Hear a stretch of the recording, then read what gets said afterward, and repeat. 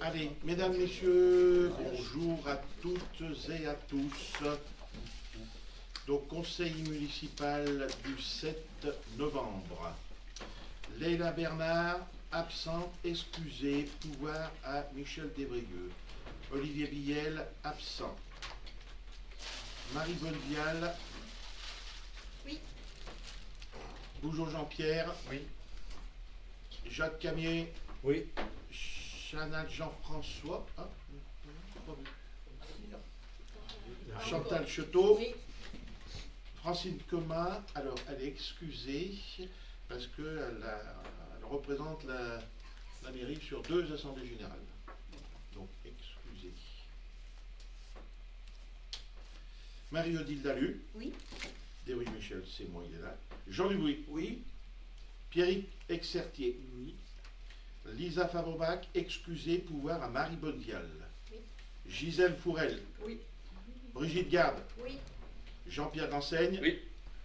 Serge Grange, excusé, pouvoir à Jean-Pierre Bougeot. Oui. Martine Jarousse. Oui. Jean-Paul Montagnier, excusé, Oui. pouvoir à Chantal Cheteau. Oui. Geoffrey Ricardo. Oui. John Robinson. Présent. Nathalie Rollat. Présente. Stéphane Tarin. Présent. Alain Touloumet. Pas Oui. vu. Dans Ah, mais il a cours peut-être. Oui, dans le train. Il va Il est dans le arriver. Jean-Charles Valentin. Présent. Et Agnès Voron. Oui. Et monsieur Jean-François Chanal. Bien, secrétaire de séance aujourd'hui, nous proposons au secrétaire de séance monsieur Jean-Pierre Renseigne. Plaisir, monsieur le maire. Merci beaucoup. Bien. Alors, donc vous avez reçu l'ordre du jour. En 1, procès verbal du conseil municipal du 26 septembre. En 2, bail à réhabilitation avec les mains levées pour la pension de famille. En 3, gardiennage des églises, tarif 2025. En 4, admission en non-valeur et créances éteintes. En 5, tarifs communaux 2026. En 6, don de la parcelle boisée A1154. C'est une modification. En 7, rapport sur le prix et la qualité de service RPQS assainissement collectif 2024. En 8, autorisation 2026 pour l'ouverture des commerces le dimanche. En 9, attribution d'une subvention à l'amicale des pompiers de Pélussin. En 10, participation de la collectivité pour le risque santé et le risque prévoyance du personnel communal. En 11, adhésion au service protection sociale complémentaire risque prévoyance du CDG 42. En 12, adhésion au service protection sociale risque santé, CDG 42. Et puis en 13, nous aurons quelques questions diverses autour de la convention d'occupation du gîte arboricole dans la forêt communale. Un point d'avancement sur la reconstruction. Il y a un truc tout frais puisqu'on était ce matin en réunion à Chavanais. Et puis un point actualité et on rajoutera un petit point sur le CPEJ. Voilà, sur le premier point, procès verbal du conseil municipal du 26 septembre. Vous l'avez tous reçu. Est-ce qu'il y a des commentaires, des remarques? Non. Donc, qui s'abstient? Qui est contre? Merci.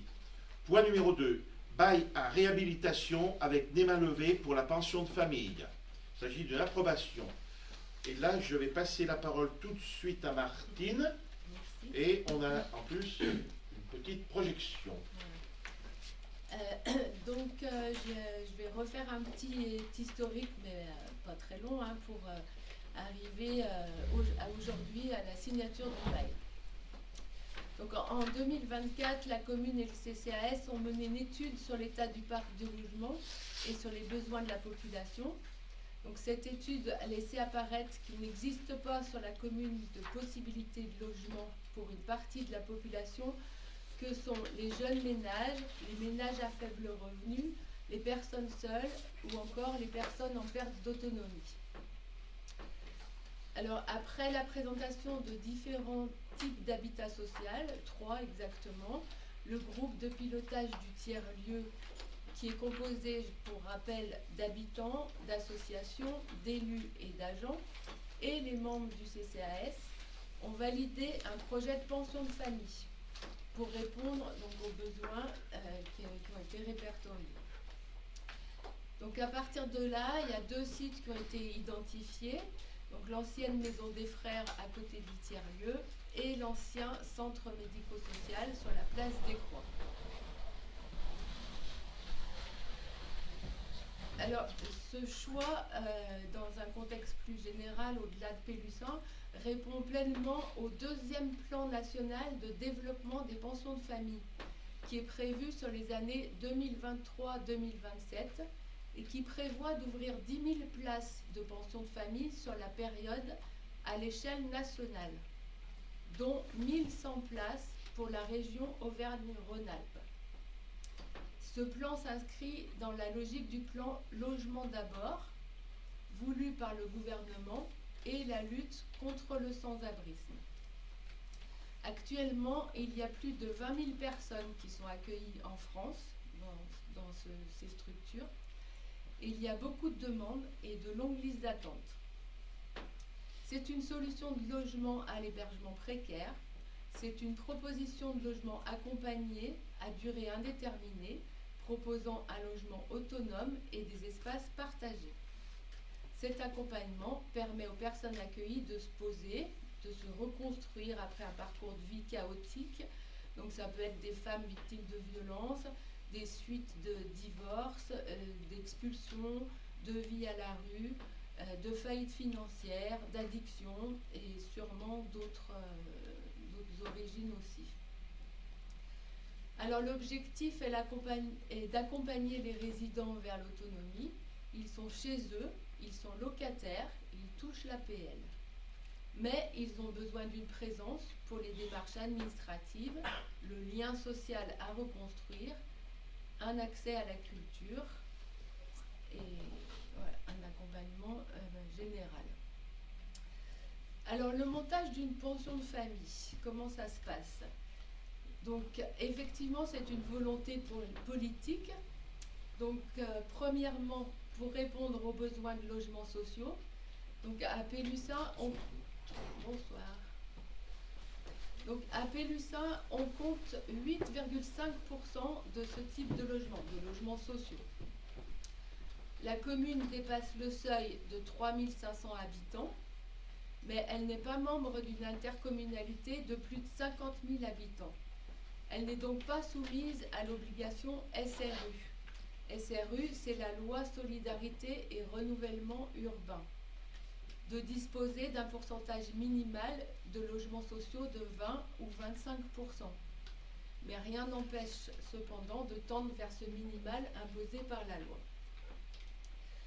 Alors deuxièmement, c'est une volonté politique. Pourquoi? Parce qu'avoir un toit, c'est fondamental et qu'avoir un logement permet une insertion dans la société. Troisièmement, parce que le logement permet également de recréer un lien à l'emploi, un retour à l'activité.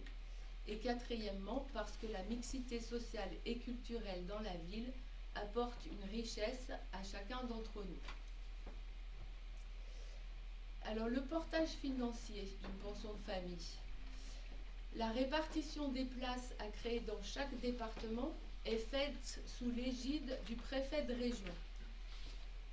La démarche conduite conjointement par la DRETS, qui veut dire, pour rappel, Direction régionale de l'économie, de l'emploi, du travail et des solidarités, et la DREAL, qui est la Direction régionale de l'environnement, de l'aménagement et du logement.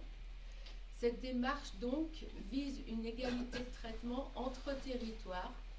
Les places sont donc réparties de sorte que les départements puissent s'approcher du taux d'équipement régional. Donc pour ce faire, l'ouverture d'une pension de famille est soumise à la décision d'un comité régional des services de l'État de validation du projet. La procédure se déroule en 2 temps.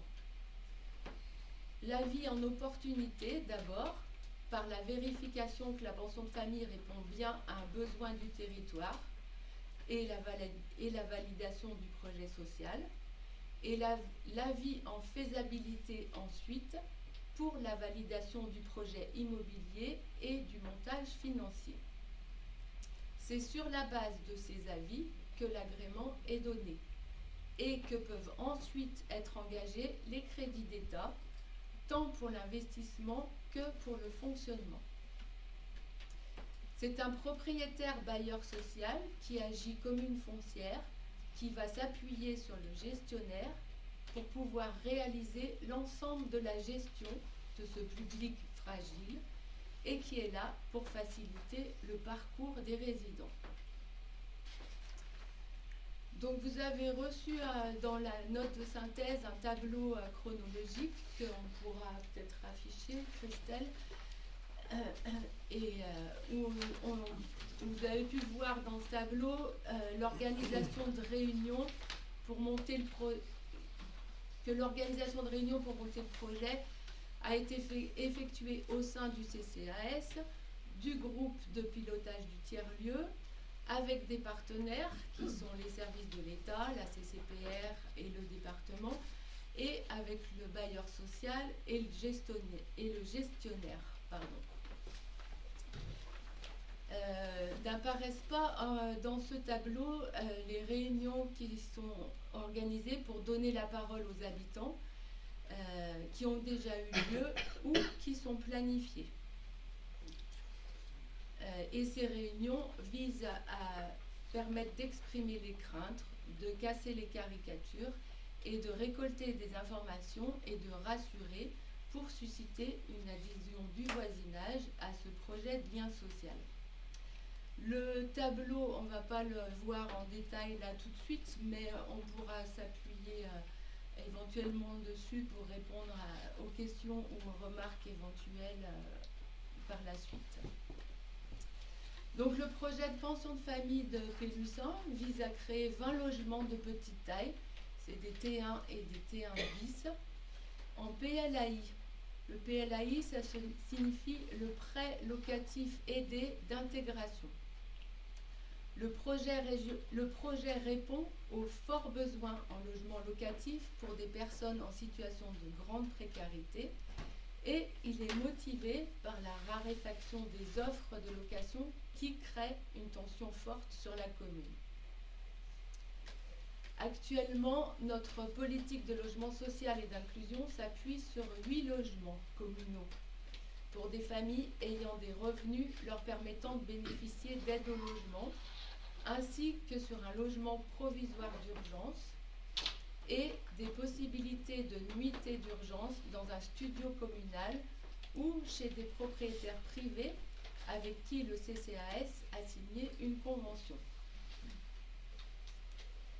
Le diagnostic rendu par Méticité, donc le cabinet d'études qui nous a fait l'étude de population sur la commune, montre que sur notre commune, 18% des locataires vivent en dessous du seuil de pauvreté.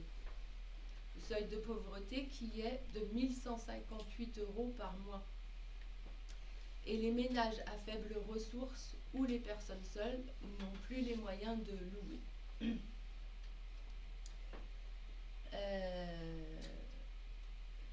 Je pense que c'est maintenant, du coup, qu'on va vous présenter une petite vidéo d'un exemple de pension de famille qui s'est développé sur Versailles et où c'est du coup les résidents, non c'est les voisins, enfin les riverains qui témoignent de leur relation avec la pension de famille.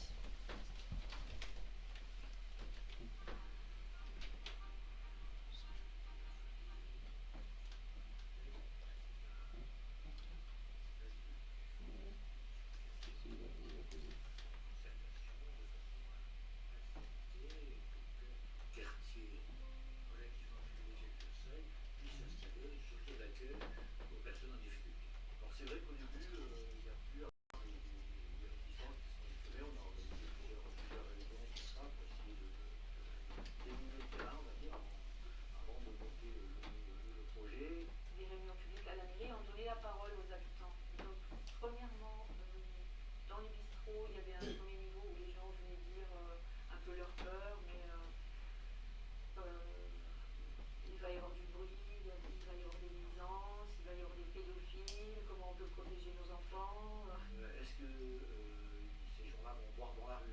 est-ce qu'ils vont se bagarrer? La caricature du SDF, c'est un violeur d'enfants, c'est un voleur, c'est un mendiant. On va avoir des toxicomanes, on va avoir des voleurs, on va avoir ça. Pas du tout. On est des gens comme les autres, en fait. Il faut simplement le laisser savoir. Et puis, petit à petit, grâce au dialogue, à l'explication, à la pédagogie, on est arrivé à faire accepter le projet. Et puis, quand ils ont vu que le projet, je dirais, fonctionnait bien, de façon équilibrée, harmonieuse, Ils ont pu susciter une adhésion du quartier. une partie du voisinage en tout cas, s'est prise au jeu.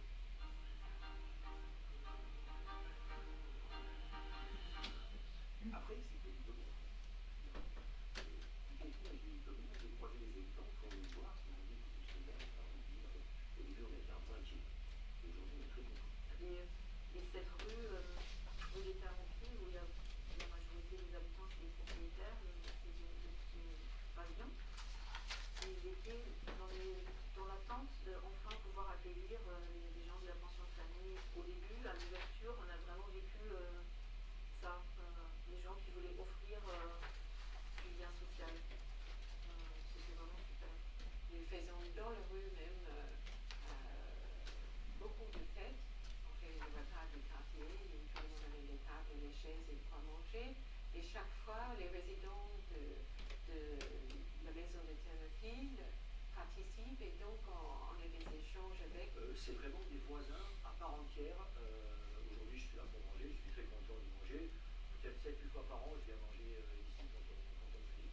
Et donc aujourd'hui, on peut dire que c'est un grand succès, puisque c'est une réussite à tout point de vue. Faut pas hésiter à le faire. Voilà, ça a vraiment à la réunie. C'est en termes de résultats où les locataires qui sont là sont heureux. Les associations font du bon boulot. Et finalement, c'est la plus belle vitrine. C'est une des plus belles vitrines pour convaincre après les populations qui peuvent être parfois réticentes pour que le fonds social se forme.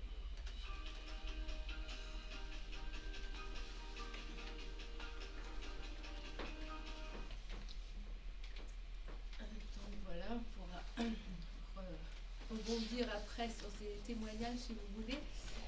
Donc je termine ma présentation. Donc l'acquisition de la Maison des Frères pour un montant d'exactement 188 460,52 € hors taxe par la commune pour ce projet de logement adapté est donc une démarche tout à fait cohérente avec le projet de tiers-lieu mené par ailleurs.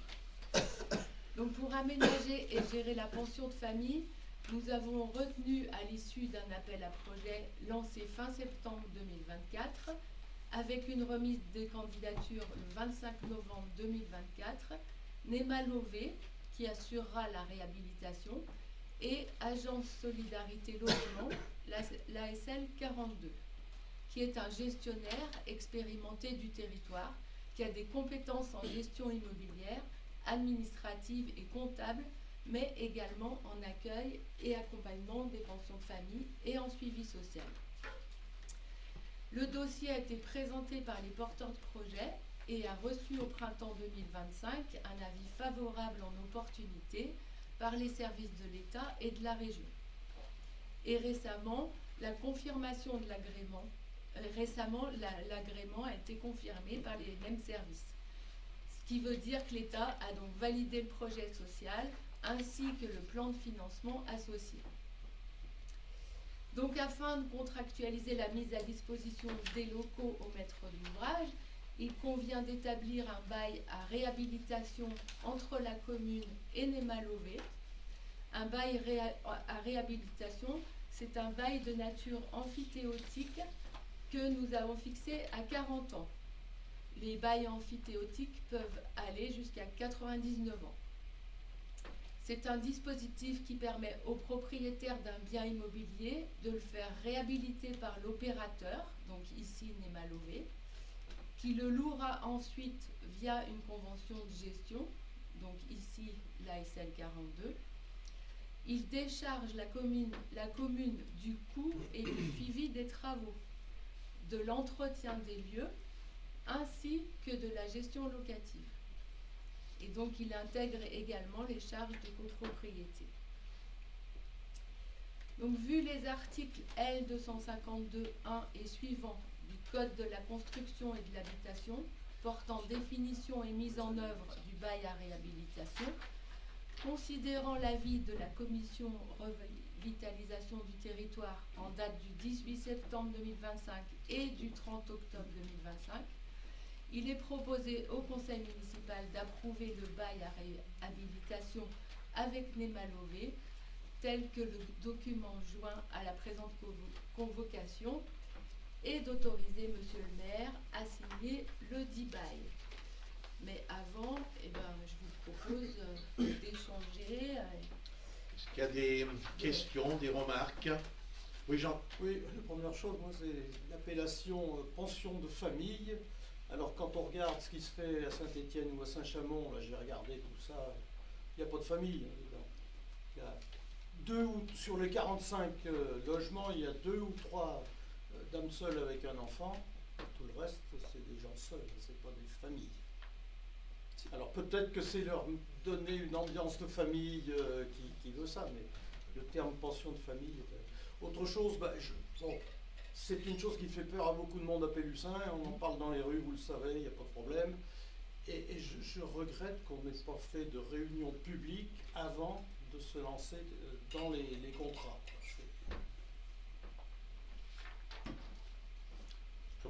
Non, je veux dire que l'appellation, le sens du mot famille, c'est un peu ce que tu as dit sur la fin. C'est justement pour reconstituer des temps communs et des espaces communs, pour sortir les gens de l'isolement. C'est dans ce sens-là qu'il faut l'entendre. Mais oui, bien sûr. Et est-ce qu'on a un contrat avec ASL qui précise qu'ils doivent donner la priorité aux gens déshérités du secteur plutôt que de nous envoyer tous ceux qui viennent de Saint-Étienne ou d'ailleurs, quoi? Est-ce que c'est prévu dans le contrat avec... est-ce que la mairie aura son mot à dire là-dessus? C'est leur objectif d'aller chercher, et là, entre le temps où les travaux vont se dérouler, il va se passer 2 ans, et dans ces 2 ans, l'ASL va travailler justement pour aller identifier des personnes qui pourraient intégrer la pension de famille. Nous, au CCAS, on en a identifié déjà un certain nombre. Les travailleurs sociaux du département ont déjà aussi des situations qui relèvent de ce dispositif-là. Et donc, je pense qu'on a 2 ans maintenant pour construire avec eux. Et effectivement, l'ASL, elle a déjà des personnes hébergées à Saint-Chamond qui ne demandent qu'à réintégrer la pension de famille de Pélussin. Donc, il est clair qu'ils vont travailler pour aller proposer ce dispositif à des personnes du territoire. Ça, on est bien d'accord que c'est quand même... C'est prévu dans le contrat. Il n'y a pas de contrat qui sera signé, mais on va participer aux instances qui vont décider des admissions au sein de la pension de famille, et on aura effectivement à ce titre-là un avis à apporter. Mais je ne crois pas que quand on donne... pardon, je laisse la parole. Il termine. Petite précision, je ne sais pas si tu l'as dit, les gens qui sont logés à Saint-Chamond actuellement sont des Pélussinois. Tout à fait, oui, c'est pas ça. tous. Oui, Pas tous. Il y en a que qui ça, sont- les 3 personnes. Ah oui, c'est des Pélussinois. Sur Et 25. des personnes qui ont des parents âgés, pour qui c'est compliqué de se rendre leur rendre visite à Saint-Chamond, et qui a un vrai intérêt à ce qu'ils puissent arriver sur Pélussin. En fait, pour répondre à cette interrogation, cette crainte, c'était tout le but de la première commission qui validait en opportunité, quoi. C'est de dire que la pension de famille répond bien au diagnostic social, et ça c'est soutenu par les travailleurs sociaux, c'est soutenu par les agences immobilières qui nous disent qu'aujourd'hui on n'a pas à proposer de loyer qui correspond à des gens qui sont au niveau de revenus dont on a parlé. Donc ces gens-là existent sur le territoire. Et d'autre part aussi, ce qui est important, c'est de dire que la commune participera aux commissions d'attribution. Donc voilà.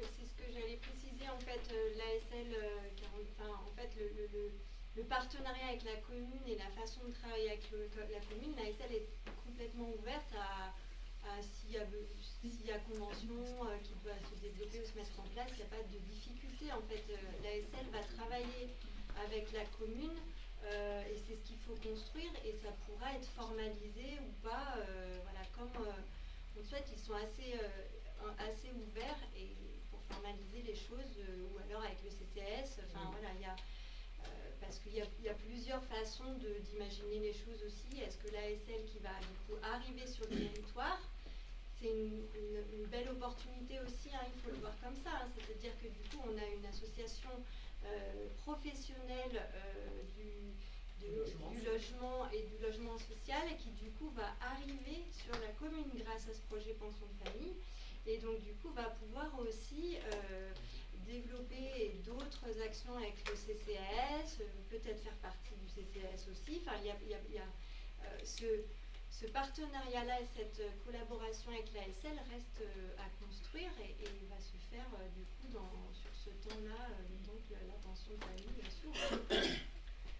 Mais effectivement, on a commencé déjà à construire les choses avec l'ASL. Donc vous avez dû voir dans le tableau qu'ils sont déjà venus sur le tiers-lieu et notamment au chantier participatif qui s'est déroulé pendant les vacances de la Toussaint, donc avec des résidents de Saint-Chamond et de Saint-Étienne. Aurélie Bégon, qui est la coordinatrice de l'ASL des pensions famille de la Loire, vient au CCAS du 19 novembre alors, on avait déjà présenté, enfin on en a déjà échangé plusieurs fois au CCAS sur les pensions famille, mais donc l'ASL n'est jamais venue, donc elle sera présente là pour présenter leur fonctionnement, le partenariat avec la commune. Et les associations qui siègent au CCAS. Et les associations qui siègent au CCAS, et effectivement c'est bien prévu que l'ASL siège au CCAS à partir du moment où ils seront sur la commune. Et juste pour finir, et donc il y a d'ores et déjà justement une réunion publique qui est prévue le 2 décembre avec la présence de l'ASL 42 et Némalové. Je me permets juste de préciser que si ces interventions-là sont possibles aujourd'hui avec l'ASL et Némalové, c'est qu'on ne pouvait pas aller plus vite, qu'ils ont eu l'agrément le 14 octobre. Donc on ne pouvait pas aller plus rapidement que voilà, il fallait être assuré qu'ils aient leur agrément par la commission régionale avant de pouvoir initier ce travail de terrain, pour pouvoir travailler ensemble. On ne pouvait pas, tant qu'on n'avait pas la confirmation de leur agrément, on ne pouvait pas non plus aller trop vite, quoi. Même s'ils étaient désireux, Madame Bégon, elle nous a sollicité à plein de fois. Et on est déjà très étroitement en lien avec elle. Autre remarque? Non? Bien, donc je vous propose donc d'approuver ce bail à réhabilitation avec Némalové, durée du contrat de 40 ans. Je crois que tu l'as dit, hein, mais dans ce contrat, il y a la réhabilitation et il y a toutes les charges. Voilà. Oui, Alain. C'est vrai que si la commune devait monter ce projet elle-même, on aurait quand même 2 millions de travaux à faire sur l'équivalent en direct. Et c'est vrai que là, on a quand même un contexte de reconstruction, on a quand même un sacré enjeu qui se présente dans les 5-6 ans. Et voilà. Donc, voilà. Réhabilitation complète du bâtiment. Et ce qui veut dire que dans 40 ans, par exemple, si le bail n'était pas renouvelé, eh ben, la commune récupère un bâtiment qui a été rénové. 2 bâtiments. Et quelque chose qu'on n'a pas dit, qui est important, il me semble, et on a quand même eu le décret tertiaire qu'on a, je ne me rappelle plus l'année où on a évalué là-dessus. C'est vrai qu'on a 10 ans pour faire toutes les réhabilitations sur la commune, en plus de la reconstruction. Et c'est vrai que ces 2 bâtiments, on n'aura pas à les réhabiliter nous-mêmes. Parce que de toute façon, on aura l'obligation ou de céder ces bâtiments. C'est bien de le préciser, Alain. Ouais. Donc ok. C'est pour mettre la balance complète. Ouais. Alors, qui s'abstient? 2 abstentions. Qui est contre? Je vous remercie. Point suivant, gardiennage des églises. Alors, vous savez que c'est chaque année ça, Donc vous savez que notre curé perçoit une indemnité de gardiennage des églises. Suivant les circulaires du 8 janvier 87 et du 29 juillet 2011, où il est précisé que le montant maximum de l'indemnité allouée aux préposés chargés du gardiennage des églises communales peut faire l'objet d'une revalorisation annuelle, au même taux que les indemnités exprimées en valeur absolue allouées à nos agents. Il y a un plafond indemnitaire applicable pour le gardiennage des églises, qui est fixé à 503,42 € pour notre gardien qui réside dans la commune. S'il ne résidait pas dans la commune, il y aurait un autre tarif. Ces sommes constituent un plafond en dessous desquels il demeure possible au conseil municipal de revaloriser. Bon, suivant l'avis de on a parlé de la commission des finances, nous on vous propose donc de prendre cette somme qui est fixée à 503,42 €. Voilà. Donc je vous demande si vous voulez bien approuver cette indemnité de gardiennage de nos deux églises. Des abstentions? Contre? Je vous remercie. Point suivant. Alors, admission en non-valeur et créance éteinte. Marie, je crois. Comme chaque année, en fait, certains types de recettes émis par la commune demeurent impayés malgré les procédures de recouvrement mises en œuvre par la trésorerie. Il y a deux types de créances qui sont irrécouvrables.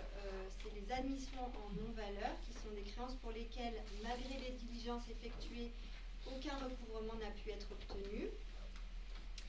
Et des créances dites éteintes, qui sont des créances qui, on a constaté l'extinction de ces créances définitivement effacées consécutivement à la liquidation judiciaire de fournisseurs ou de sociétés titulaires de marchés publics.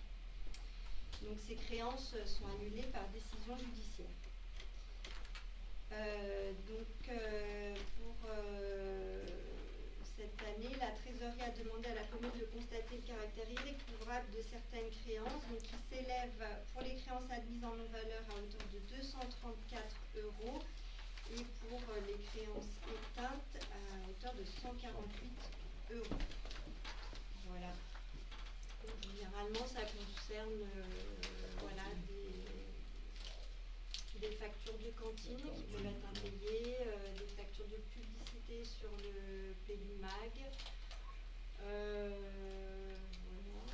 C'est essentiel. Des questions sur ces admissions en non-valeur? Bien sûr, des factures qui datent. Il y a déjà pas mal d'années et qui ont été relancées à plusieurs reprises. Voilà. Des remarques? Qui s'abstient? Qui est contre? Merci. Marie, tu gardes la parole pour nous parler des tarifs communaux 2026. Oui, tout à fait. Donc, les documents.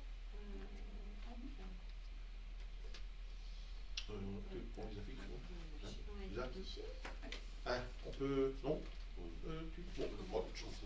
Alors, pas que je dise, donc les tarifs communaux, on les vote chaque année. Pour cette année, les modifications concernent essentiellement pour la salle de mise épargnée, on avait différentes options. On ne voit pas grand chose, mais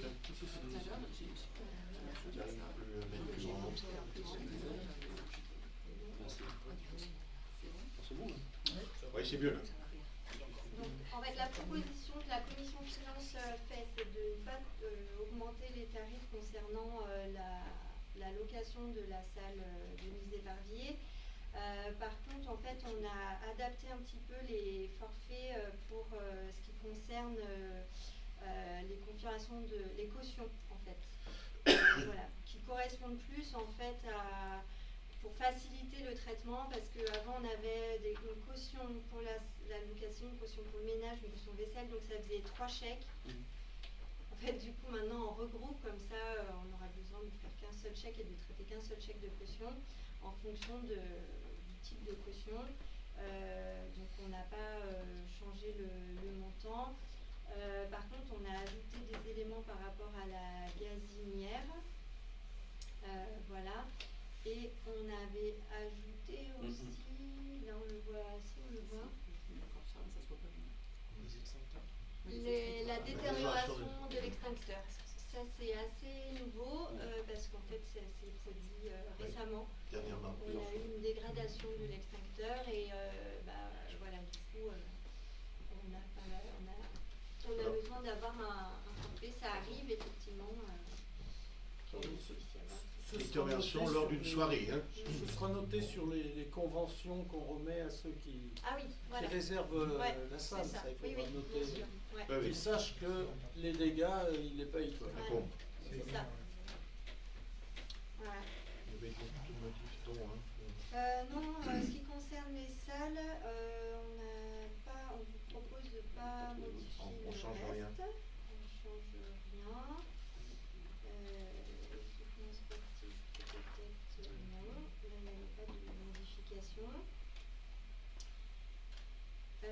Pour ce qui concerne le matériel de festivité, il y a une modification qu'on vous propose concernant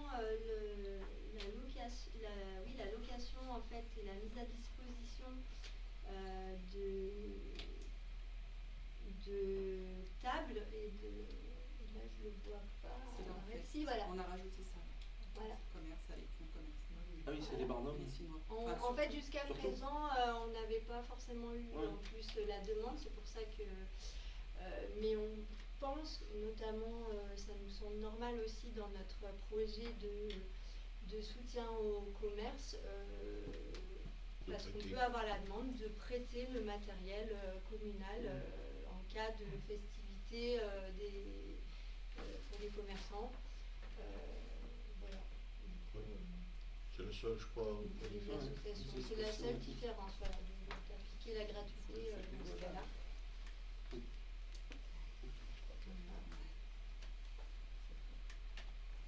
Oui, Alain. C'est juste une question technique. Les cautions, concrètement, comment ils les versent les gens? Parce qu'il y a de moins en moins, les particuliers notamment, de moins en moins ont des chéquiers. Donc comment ils la versent concrètement? Par chèque? Oui, parce qu'on n'a pas le droit de prendre des espèces. Ou un virement, on aurait pu imaginer, mais pour l'instant, on ne fait pas encore de virement, effectivement, mais parce que si c'est un virement, ça sera encaissé, donc ils se voilà, débrouillent pour ça avoir pose une question parce que de plus en plus de gens n'ont pas de chéquier. Donc concrètement, là, ça peut poser problème. Je vais me poser la question justement. Si je peux juste pour après, j'avais la même question, mais techniquement c'est possible, je crois, de prendre l'empreinte carte sans qu'il y ait déduction des frais sur les cartes. Et c'est juste savoir si nous sommes équipés pour faire ça ou si c'est envisageable. Parce que nous, on n'est même pas en régie, c'est-à-dire que c'est la collectivité. Nous, on ne peut pas payer par carte sur la commune en fait, puisque on paye tout au trésor public en fait. Donc on ne marche pas comme un commerçant. Notre banque, c'est le trésor public qui est géré sur Firminy. Donc on peut prendre des chèques, on n'a pas le droit de prendre des espèces. On peut avoir un virement ou payer par carte, mais direct, ça sera débité en fait. Ça restera débité. Et il faudrait ensuite restituer la somme. On n'a pas de lecteur carte pour la commune. Peut-être pour ne pas traîner trop là-dessus, j'ai juste l'impression qu'il y a une problématique qui doit être commune pour toutes les communes de la France. Et il devrait y avoir des solutions pour des raisons qu'Anne en évoque, qu'on n'a plus vraiment de chéquier, surtout les jeunes. Surtout les jeunes. Alors, quand on est en régie, la différence, c'est qu'en régie, on peut prendre un lecteur carte. Il faudrait que ça soit en régie. Mais en fait, la tendance en France, c'est de supprimer nos régies. Nos régies, c'est une indépendance financière. On nomme des régisseurs, on crée une régie, on nomme un régisseur. Et nous, la tendance du trésor public, c'était déjà de supprimer toutes les régies. Mais le problème est comment? Donc il devrait y avoir quelque part une solution. Et du coup, effectivement, c'est le seul moyen en régie d'avoir un lecteur de cartes. Et pour nous, en commune, on n'a plus qu'une régie qui est festivité en fait. Donc le régisseur, c'est Christelle Tixier. Et pour par exemple la comédie de Saint-Étienne, quand il roule n'importe quel spectacle, mais on n'est pas non plus équipé encore, nous, Pélussin, de lecteur carte. Alain. Toujours pour continuer un petit peu, chaque année on vote les tarifs, c'est une obligation, mais les locations de salles concrètement ça représente un volume important ou c'est plus de l'ordre de, je vais dire de l'anecdote, voilà. Non, le montant on l'avait là en commission finance, mais là je l'ai plus. Ah oui, je l'avais supprimé en fait. Je réponds du coup. En fait, nous la priorité c'est les associations. Donc, D'accord. du coup, comme c'était misé principalement, on prête aux associations le plus possible, et bien forcément pour le particulier, il n'y a plus beaucoup de dates. Donc c'est vrai que c'est pas, on n'a pas des énormes rentrées d'argent. Je dirais une bêtise, dans ma tête j'avais à peu près 3-4 000 euros sur une année, sur toutes les C'est pour salles. ordre de grandeur. Non, mais ça, Et concernant les tarifs, est-ce que ceux qui habitent à Pélussin ont un tarif différent de ceux qui viennent d'une autre commune ou c'est pareil? Oui, c'était Extérieur. Extérieur, oui. Pour les locations de salles. Pélucinois. Tarif pélucinois et tarif hors pélucinois. Voilà, c'est ça. Bien. Voilà. Pélucinois, oui.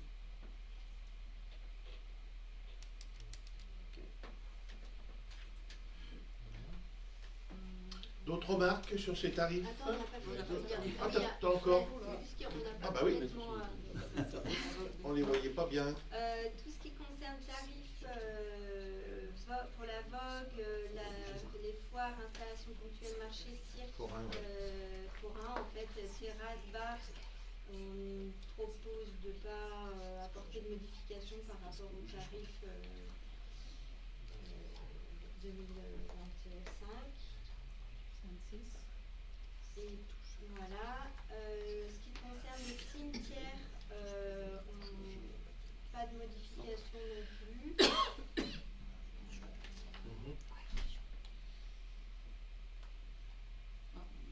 Oui. C'est trop gros. Oui, non, mais ça va changer. On a des subtilités aussi, on a des publicités magazines municipales, on a aussi tout ce qui concerne les tarifs scolaires, où là déjà on avait fait un gros travail en 2024 sur ce sujet-là, et oui, pour la rentrée 2024. Donc là on propose de reconduire les tarifs tels qu'ils avaient déjà été retravaillés.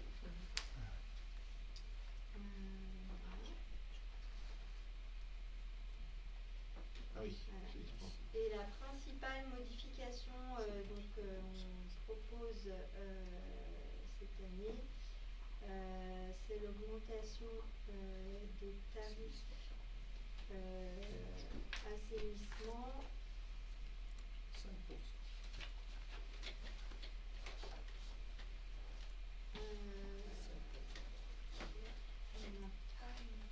Ah, mais pourquoi j'ai pas 2026? Ouais.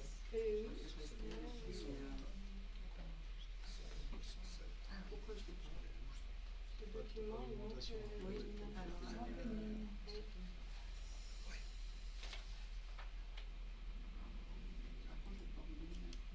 Tu l'as l'info? ouais, je l'ai. Oui, Alain. Je voulais revenir sur les tarifs, les branchements, tout ça. J'ai souvenir, il y a 2-3 ans, on avait longuement évoqué un problème au niveau des tarifs de branchement où la commission ne trouvait pas. C'est-à-dire que est-ce que ça a été amélioré ou si la commune encore de sa poche ou se prince, voilà, par rapport aux abonnements EDF de départ. Ouais. Et c'est vrai qu'on y perdait pas mal. Est-ce que ça a un petit peu évolué depuis? J'ai souvenir de ce débat qu'on a eu il y a 2-3 ans. Tu parles des branchements pour Pour les les forains? électriques, par exemple, les électriques, tout ça, c'est vrai qu'on était loin à une époque Ouais. et ça nous coûtait un petit peu des sous. Et en période de vache maigre, c'est vrai que c'est. Oui. Non, non, on essaye de récupérer ce qui est dû par les forains, aussi bien sur les marchés que lors de la vogue, par exemple. Ouais. C'est pas toujours facile, C'est pas toujours facile, non? mais on s'y attelle, hein. Tu as quelque chose? Bah, j'ai les tarifs, mais comme je suis pas. Alors, il faudrait que je fasse ça. Non, c'est uniquement. Je vais changer d'ordi.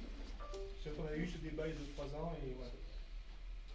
Alors la réflexion en fait sur les tarifs pour le budget assainissement, pour rappel du coup, on s'appuie sur l'étude qui a été réalisée cette année par un cabinet d'études mandaté par la communauté de communes dans le cadre du transfert de compétences qu'on n'a pas, qu'on n'a pas voté, qui est reporté à l'année prochaine.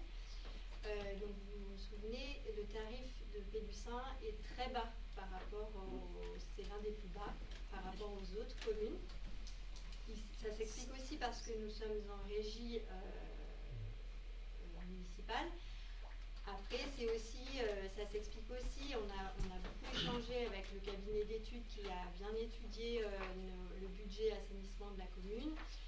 Il y avait un certain nombre quand même de coûts qui n'étaient pas complètement pris en charge par le budget assainissement, notamment en fait le coût de personnel, le coût agent dédié à l'assainissement. Donc on a rééquilibré le budget assainissement du coup pour qu'ils prennent mieux en compte la réalité du temps de travail passé par des charges de personnel dédiées à l'assainissement. Voilà. Et le conseil du cabinet d'études qui est fait à toutes les communes de la communauté de communes, c'est petit à petit d'aller vers une harmonisation des tarifs parce que ça sera obligatoire lors d'une compétence prise au niveau intercommunal. Voilà. Du coup, ce qui veut dire que comme nous, on est sur un tarif particulièrement bas, ça veut dire que petit à petit, il faut augmenter les tarifs pour pouvoir aller vers une harmonisation. Le cabinet d'études a proposé une façon de lisser sur 10 ans cette augmentation. Nous, là, on propose pour l'instant de faire la première étape. Après, voilà.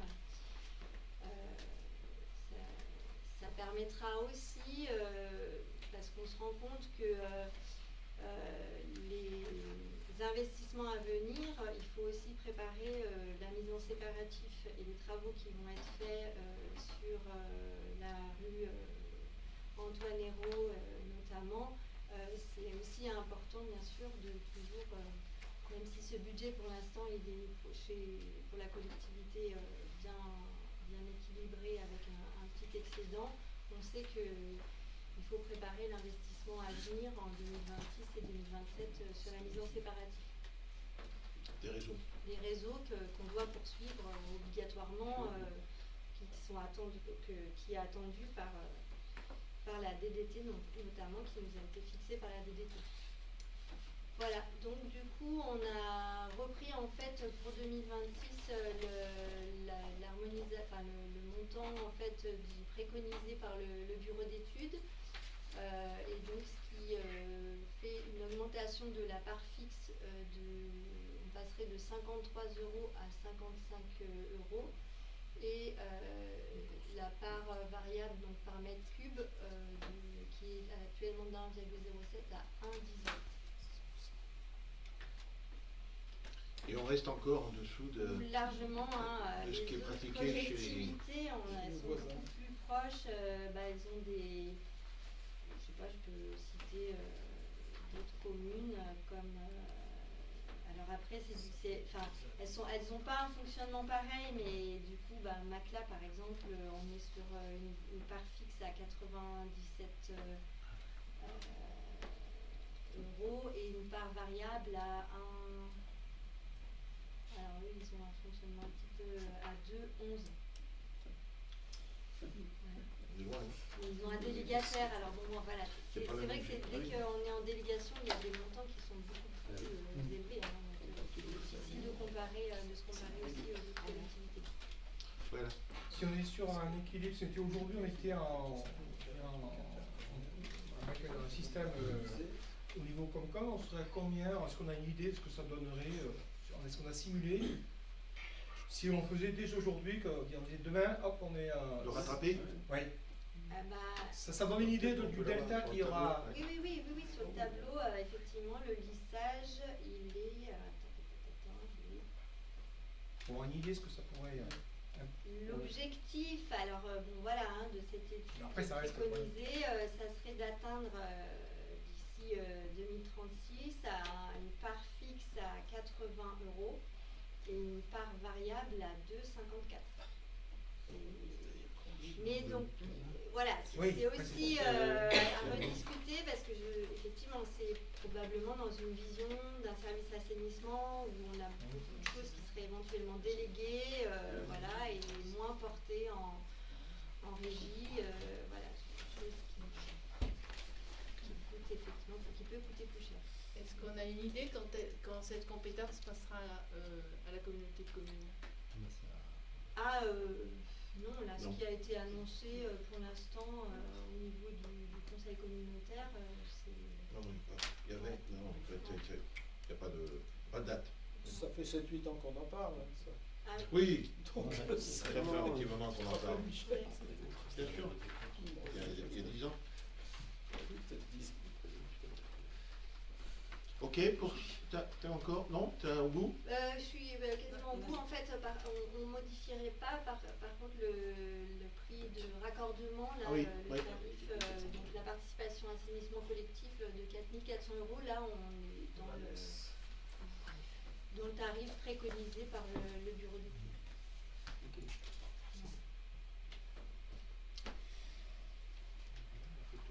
Donc voilà les propositions de tarifs avec quelques augmentations, mais vraiment à la marge. Qui s'abstient? Pardon, on vote pas ça? Et proposer, modifier les tarifs. Bon, sur l'avis. Sur l'avis. Sur l'avis. Donc vous êtes avisés. Non mais c'est ça, je crois. C'est ça. Ouais. Ouais. Point suivant. Alors ça c'est... hein, ça n'arrive pas souvent, mais tout de même, c'est un don d'une parcelle boisée. Voilà.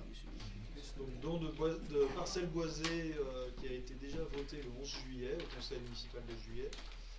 Là en fait c'est une modification, tout simplement parce que donc, monsieur Guy Forest qui nous a donné cette parcelle, enfin qui a fait un don, s'est rendu compte qu'en fait la parcelle était encore au nom de sa maman, Madame Forest Marie-Thérèse. Aussi, il convient de modifier la délibération. C'est tout simplement une modification suite à une erreur. Donc Madame Forest Marie-Thérèse a exprimé son intention de faire don à la commune une parcelle boisée située à la Pierre Taillée, cadastrée A 1154, une contenance de 0,4 hectares.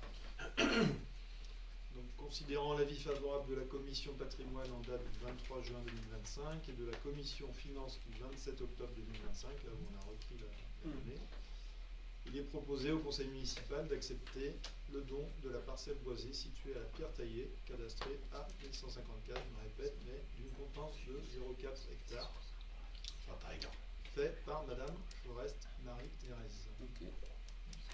Voilà. Donc là, ce modif. Une modification.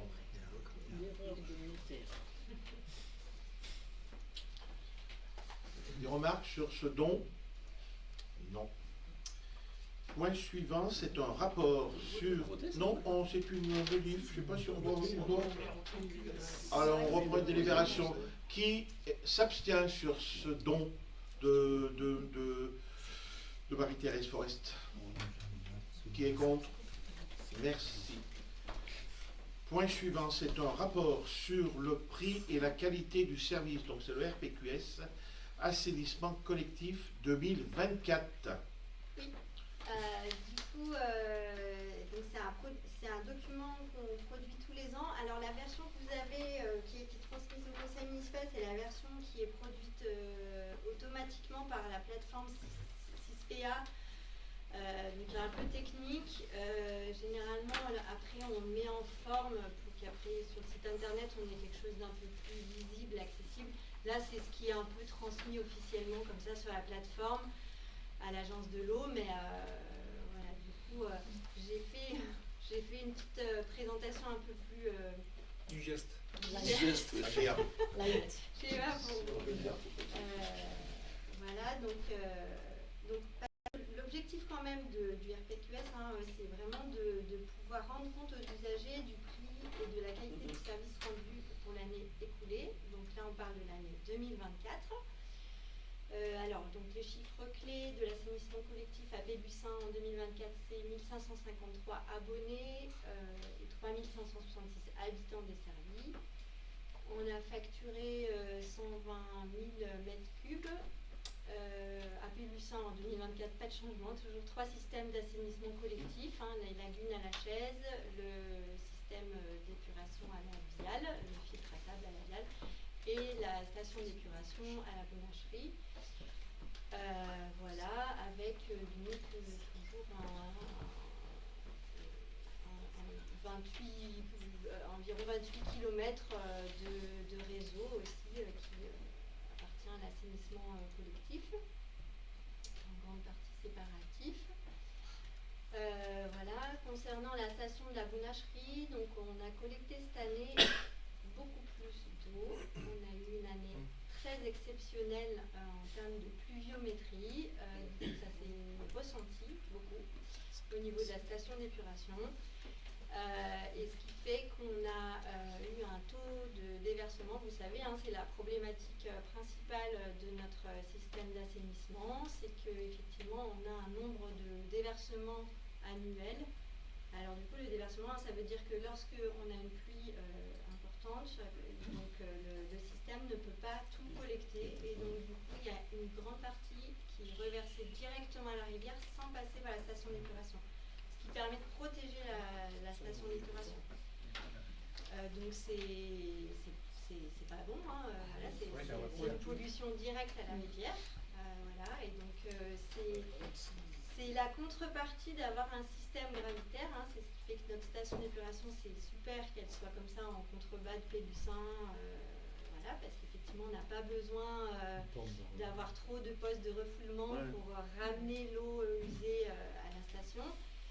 Mais par contre, du coup, on a directement la conséquence aussi d'avoir des fortes cumuls d'eau qui arrivent trop fortement au niveau de la station. Et là, cette année, exceptionnellement, on a dépassé largement en plus le critère de conformité sur ces volumes déversés. Parce que l'État accepte qu'on déverse 5%. Et en 2024, étant donné la pluviométrie exceptionnelle, on a déversé 15%. C'est la première fois que ça arrive, c'est vraiment exceptionnel. Mais c'est ce qui nous conforte dans l'idée qu'il faut vraiment continuer et poursuivre la mise en séparatif du réseau, voire peut-être après continuer éventuellement trouver des solutions au niveau de la station en bas et du point de déversement. Il y a des solutions peut-être techniques qui pourraient être installées là. Par contre, voilà, tout ce qui est traité, on a un rendement et des performances épuratoires qui sont conformes aux exigences réglementaires, et on commence, vous savez qu'on a fait des gros travaux en 2024, enfin en 2023-2024, sur la station d'épuration pour améliorer le traitement, et du coup on a une bonne prise en main maintenant, notamment par les agents, du nouveau traitement pour traiter le phosphore, et donc du coup on arrive à atteindre les exigences réglementaires, les nouvelles exigences réglementaires sur le phosphore. Et voilà, puis vous avez aussi, donc c'est une station qui produit des boues, et donc on a en 2024 produit 548 tonnes de boue en tiers sèche, et ces boues sont épandues, donc ont toutes en 2024 ont toutes été épandues sur différentes parcelles agricoles à Pélussin et sur les communes alentours. Voilà.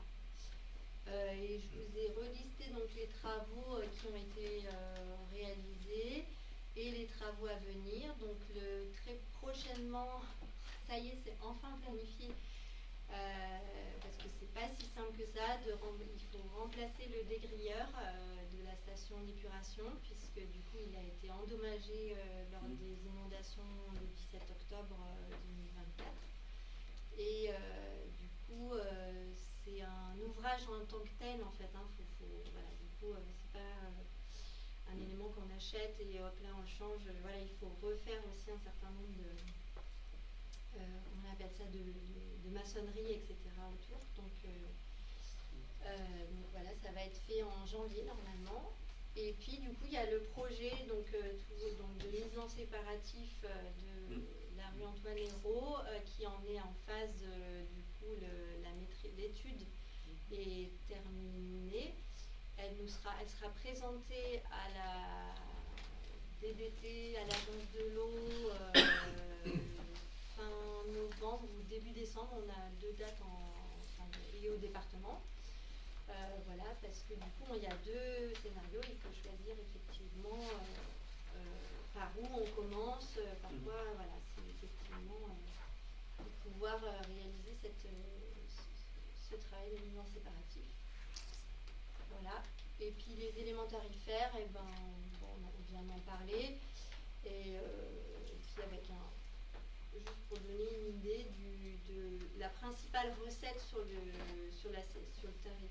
le budget assainissement, c'est la vente d'eau. Et donc ce qui émane des factures d'eau de la SOR, tout est prélevé par la SOR, donc à hauteur de 178 823 €. Voilà. Bien. Alain. Je regardais ça un petit peu avec attention. Vous savez, j'ai l'habitude de tranquillement interpeller. Alors, effectivement, les 548 tonnes de boue, j'espère qu'on ne va pas avoir la même progression l'année prochaine parce qu'on va se retrouver que 1000 tonnes de boue. On est passé quand même de 293 tonnes à 548 tonnes. Hein, donc il y a eu une progression. Alors, je ne sais pas pourquoi ça a augmenté, mais je ne pense pas que la population a augmenté en proportion. Alors, il y a 2 facteurs qui expliquent ça. Un, c'est le traitement du phosphore qui a été mis en place. D'accord. Effectivement, du coup, il fait précipiter beaucoup plus. Ça c'est courant, c'est plutôt bien. C'est plutôt bien, oui, c'est effectivement, voilà. Et le deuxième élément, c'est que jusqu'à présent, on avait une façon d'estimer en fait les tonnes de matière sèche qui n'était pas complètement fiable. Et du coup, qui peuvent expliquer aussi. C'est un peu exceptionnel. Et là, du coup, on a bien. En fait, on a 548, ça correspond beaucoup plus à la réalité. Et cette année, en plus, lorsqu'on a étendu, on a demandé à l'entrepreneur d'aller peser. D'accord. Donc ça correspond mieux à la réalité.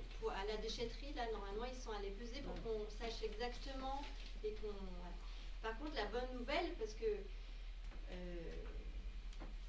quand même, quand on avait fait le choix d'ouvrir l'aire de stockage des boues, les travaux qu'on a fait au niveau de l'aire de stockage, vous vous rappelez, avant c'était tout fermé et donc du coup on venait au grappin charger les boues et donc du coup c'était hyper long, c'était pas du tout durable et pérenne dans le temps de maintenir ce système-là.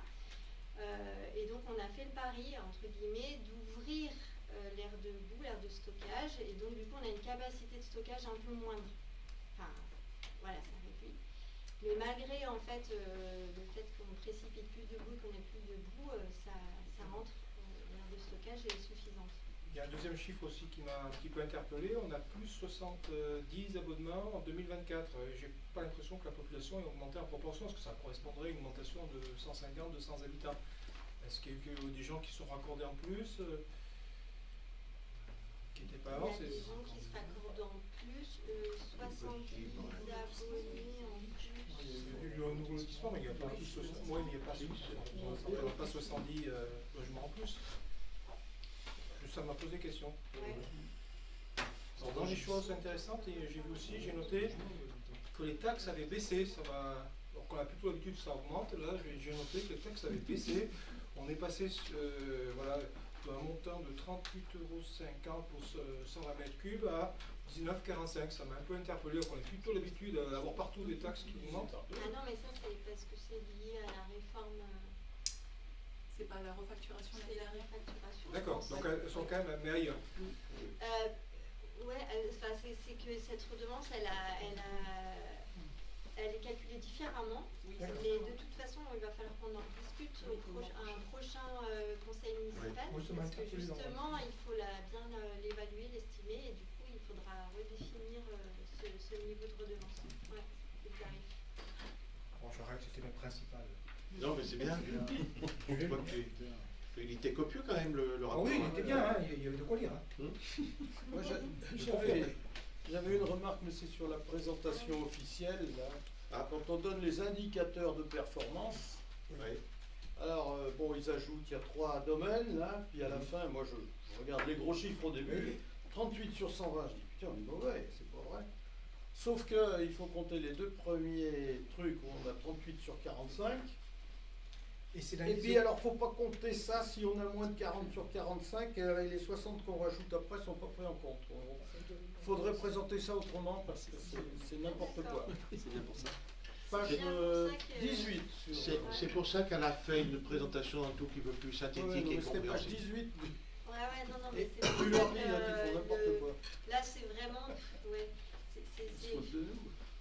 c'est une plateforme qui permet d'automatiser Et la mauvaise note est en grande partie due, parce que je suis allé dans le détail, j'ai eu la même question que.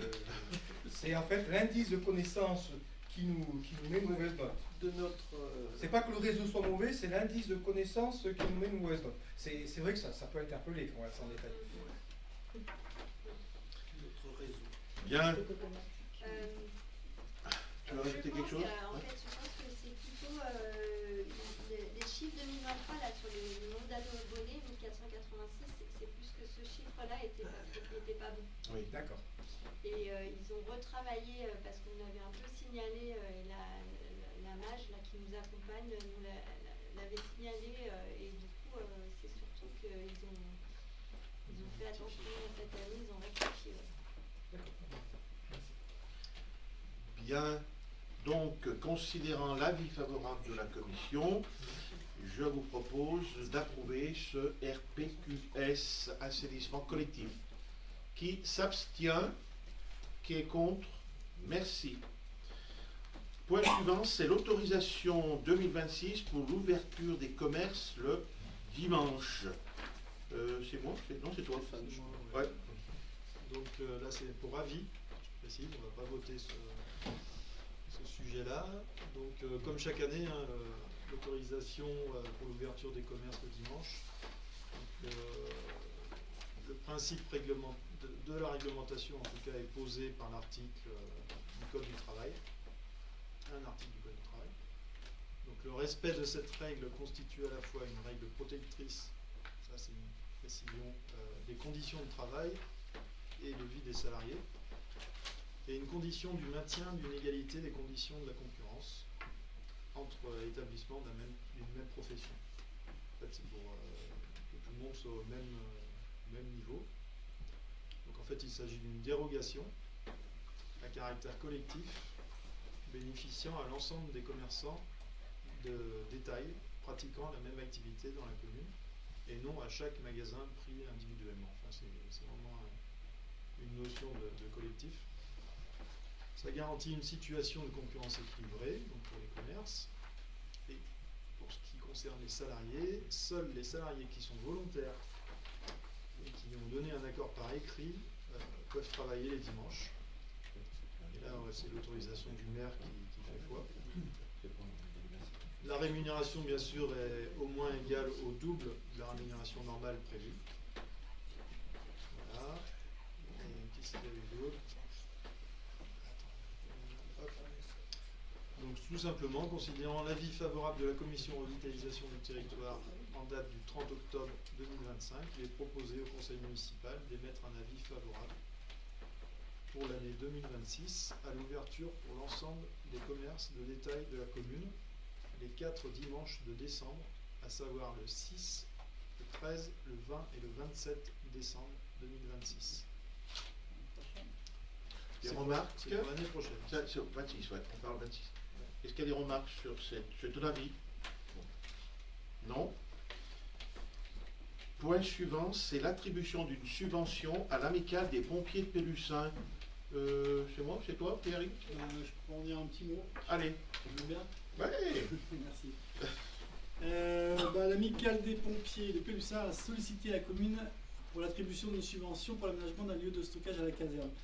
C'est un conteneur maritime du coup, qui est entreposé du coup à la caserne de Pélussin, avec un aménagement qui a été fait du terrassement du terrain par les entreprises montagniers.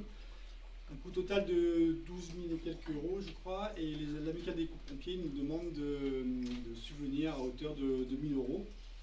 Donc c'est une grosse somme. C'était une demande qui est arrivée en dehors des périodes d'attribution des subventions, qui s'arrêtent au mois d'avril, au moment du vote du budget. Mais à cette période aussi, on met en place une réserve pour justement pouvoir donner suite à des projets que l'on trouve du coup considérables et importants.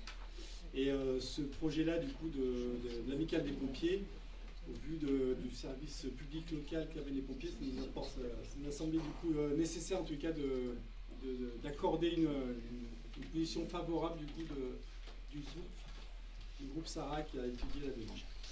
Donc voilà, on propose au conseil municipal d'approuver l'attribution d'une subvention de ce projet d'activité à hauteur de 1 000 € pour l'aménagement d'un lieu de stockage à la caserne. Si jamais ça intéresse, on peut aussi refaire un petit point sur tout ce qui a été, c'est l'occasion de refaire un petit peu un retour sur toutes les montants ou les répartitions du coup des différentes subventions qui ont été faites sur toute cette année 2025. Juste avant de voter, si je peux juste revenir là-dessus. Vas-y. Du coup, l'enveloppe totale pour les associations, c'est 117 490 €. Il y a une partie qui est dédiée pour le fonctionnement des associations. Il y a 25 associations qui en sont bénéficiaires, pour un montant global, une enveloppe de 3 500 €. Il y a 6 associations qui bénéficient d'une subvention au forfait, donc juste annuelle, qui est posée comme ça, pour un montant de 2 050 €. Il y a 9 associations qui sont sous convention d'objectifs avec la mairie, convention d'objectifs pluriannuelle, avec des montants qui sont revus chaque année, mais en tous les cas, sur cette année, c'était 99 500 € qui étaient répartis sur ces 9 associations. Et pour tout ce qui est projet tel que celui qui a été présenté par l'amicale des pompiers, donc c'est 24 associations, maintenant 25 du coup avec l'amicale des pompiers qui en bénéficient, pour un montant de 12 440 €. Voilà. C'est pour approbation. Oui.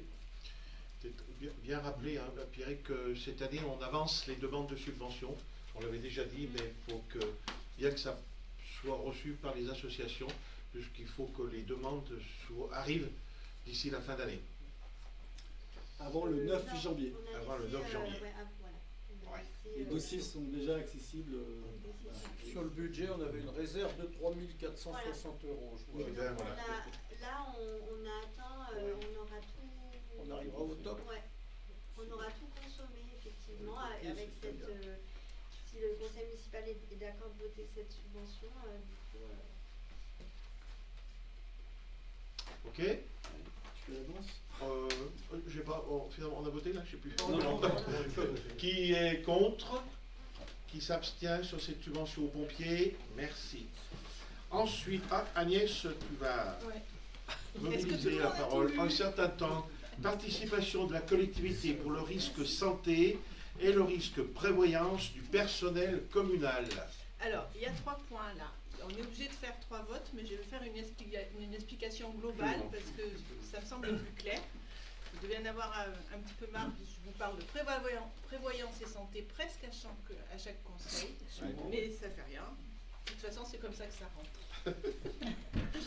Alors, d'abord, donc la prévoyance, c'est lorsque un agent a une incapacité de travail ou est malade, donc l'assurance va compenser la perte de salaire. Et cette prévoyance, ça fait des années déjà que les agents y participent et qu'il y a une participation de la commune. On avait un contrat avec la MNT. On doit faire un changement de contrat le 1er janvier 2026.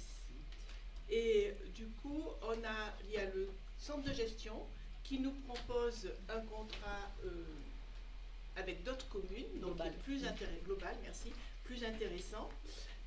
Anciennement, l'ancienne délibération, ça on en avait déjà parlé, on a déjà délibéré, sauf qu'on a délibéré sur la participation de la commune à cette assurance.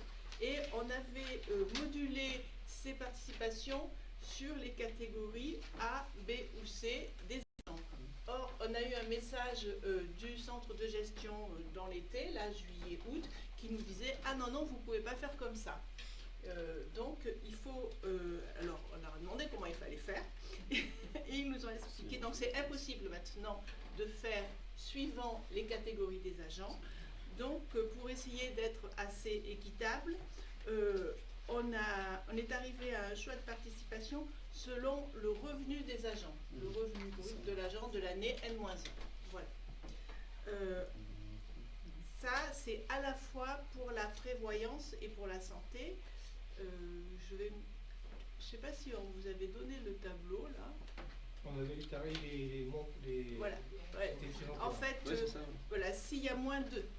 Pardon, si l'agent gagne moins de 2000 euros, la participation à la prévoyance par la commune est de 14 euros et à la santé de 20 euros. Entre 2000 et 3000, 10 et 17, je parle des participations, 17,50. Et plus de 3000 euros, la participation de la commune est de 7 euros et pour la prévoyance et de 15 euros pour la mutuelle santé. Voilà. La santé, en fait, on prend aussi un contrat proposé par le centre de gestion. Cette fois-ci, le centre de gestion a choisi la MNT, qui est la mutuelle qu'on avait avant pour la prévoyance. Les agents, là, ne sont pas obligés de cotiser à cette mutuelle. Ils ont quelquefois la mutuelle du conjoint ou ils en ont une autre. Le service RH a communiqué toutes les informations nécessaires pour qu'ils puissent faire leur choix. Donc, le service RH est intervenu premièrement au T-Cercle, ensuite au dialogue social en présentant un PowerPoint qui était très facile à comprendre. Et il y a eu des réunions de service avec le CTM individuellement, individuellement avec le service CTM, pas agent par agent, et avec le service d'Isabelle. Voilà. Donc, les 3 votes. Le premier vote, c'est pour la participation de la commune à ces 2 assurances. Le deuxième vote, c'est pour la conventionner pour la prévoyance avec le centre de gestion. Tu surveilles si je dis pas de bêtises, hein, je vois. Et le troisième vote, c'est pour conventionner, pareil pour la santé, avec le centre de gestion. Voilà. Très Et bien. Yvan nous a bien dit qu'il fallait faire 3 votes. Il y a 3 votes, faut qu'on vote séparément.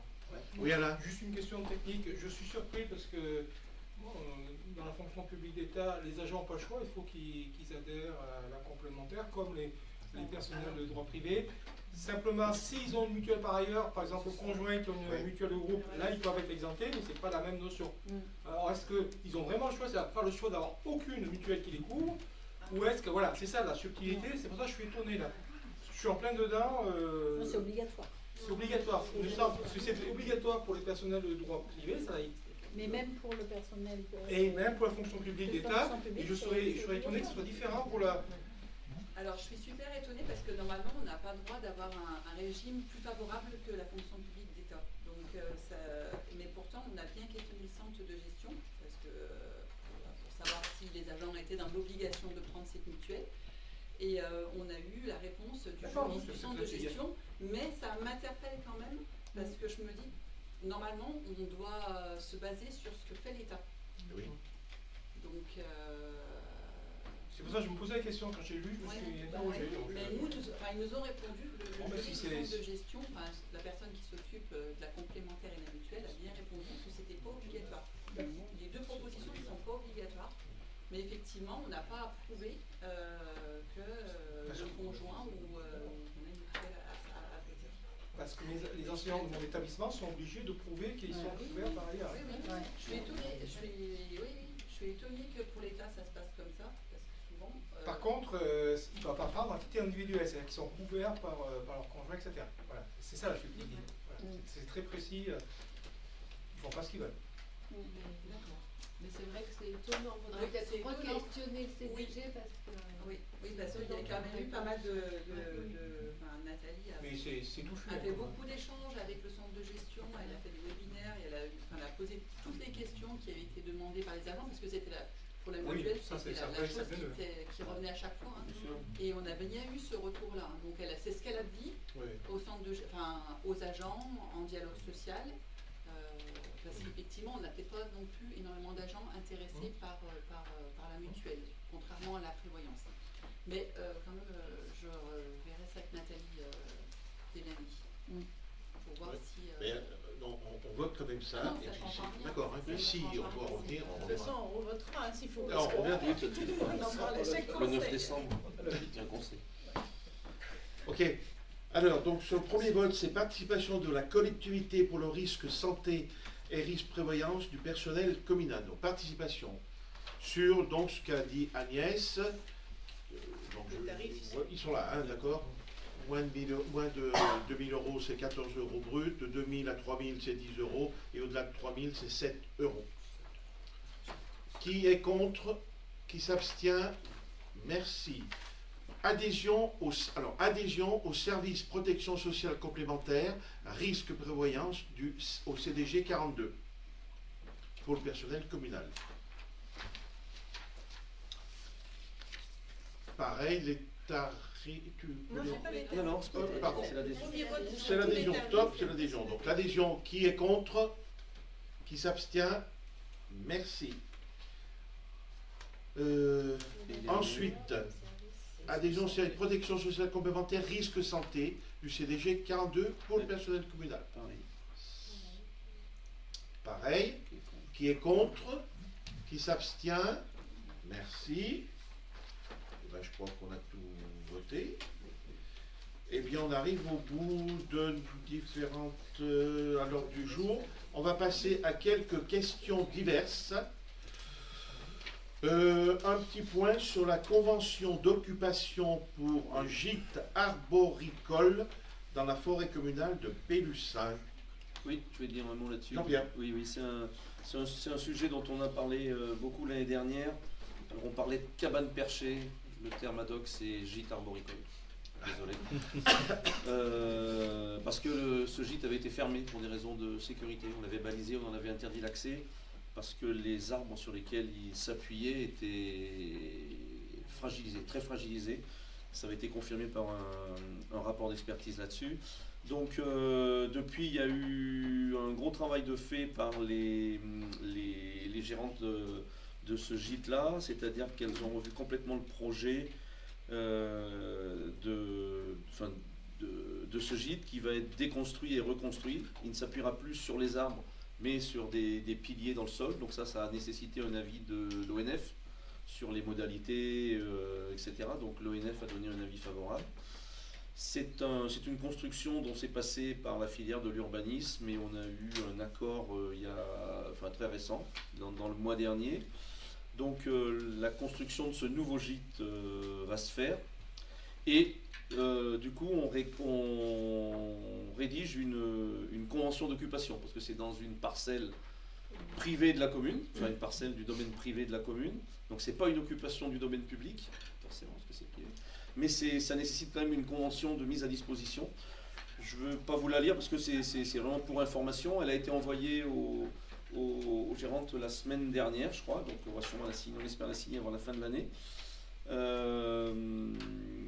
Qu'est-ce qu'on peut dire? Ben non, on précise bien donc tout l'aspect construction, c'est-à-dire qu'on ne s'appuie plus sur ces deux arbres et on leur donne, je ne sais plus, 10-15 ans pour se refaire la cerise, je crois, parce qu'ils étaient quand même bien abîmés.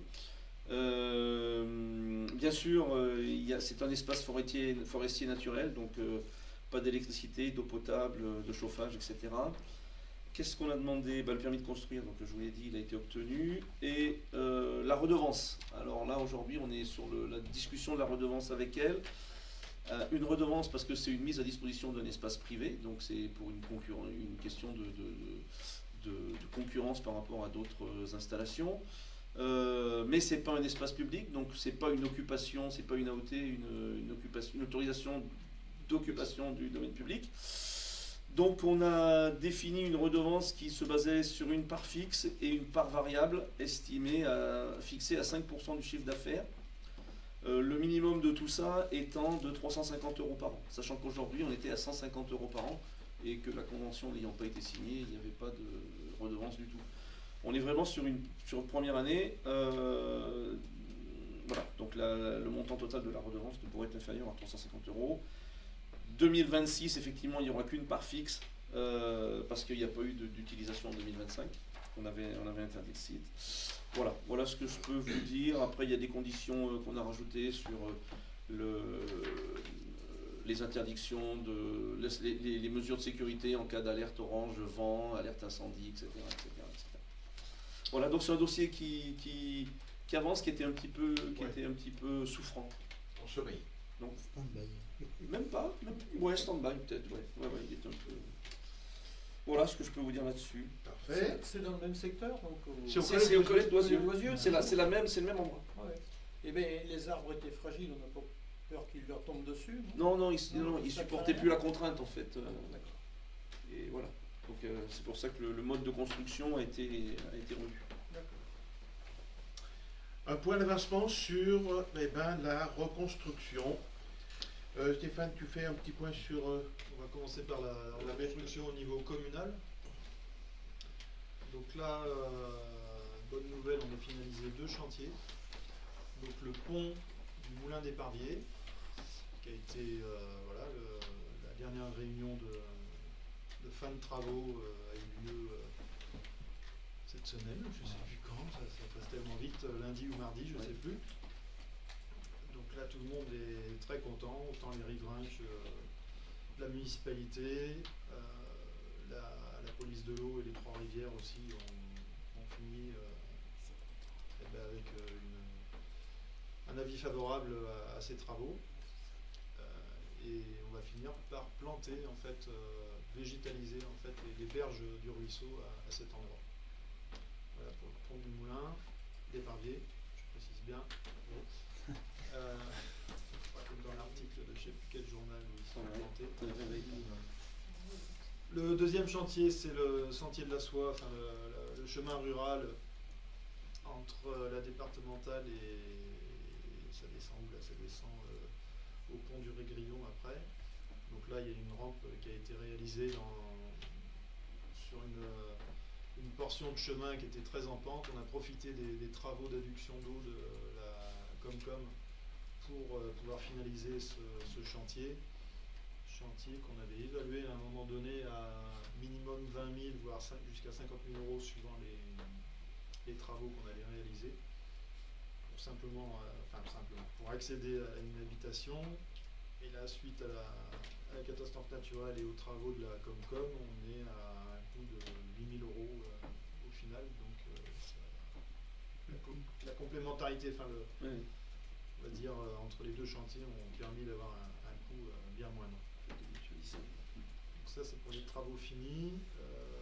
En devis actuellement on a accepté, on est en cours d'acceptation de devis sur les travaux d'enrobé qui vont se faire à Bouringue, c'est ça qu'on prononce ça, et au Turette.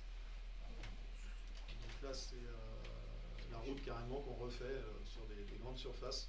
J'ai plus les surfaces exactement en tête, mais il y a d'un côté il y a 500 et quelques et de l'autre 800 et quelques mètres carrés, des grosses surfaces. Donc ça c'est pour les devis. Qu'est-ce qu'on a d'autre, Jack? T'as d'autres choses en tête? La Valancise.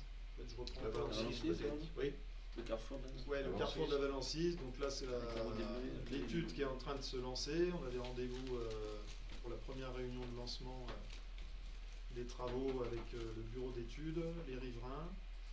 Et là du coup on part sur de la réfection de chaussée, mais surtout donc la Comcom reprend à sa charge le réseau d'eau qui passe à cet endroit pour sécuriser en fait la circulation de l'eau qui passe en dessous de la route. Donc ça c'est pour la Valancise. Et tac qu'est-ce qu'on a d'autre? Les études qui sont en cours aussi, qui sont lancées sur le pont de la Scie, enfin les 2 ponts de la Scie. Donc ça c'est parti. Et comme je vous ai précisé la dernière fois, et comme c'est précisé aussi dans le PLU Info, donc tous les autres travaux qui vont démarrer début d'année. Donc la route de la Scie, l'impasse de la Soie, et le chemin Grégoire Filière aussi qui sera en ligne. Donc ça c'est pour la commune. Et ce matin on est allé à Chavanais, donc avec Michel, on a assisté donc à présentation du département sur où ils en sont aussi de leur côté. Donc la préfète était présente. Donc là, on parle bien de la liaison, la route, la D7, Pélussin-Chavanais. Donc il y a le pont Chorieux, et il y a également le pont de la 1086 en bas. Donc ils ont présenté à la Donc fois... il y avait la préfète, pour la première fois elle venait sur le terrain, elle a vu. Il y avait le président du département avec 3 conseillers, il y avait tous les services, vice-président bien sûr, tous les services à la fois de la préfecture, DDT, plus les services du département, qui nous ont donc expliqué un peu où ils en étaient dans la réhabilitation, rénovation, reconstruction de ce nouveau pont de Chorieux. Donc pour faire, on pouvait projeter, mais on va vous faire très simple.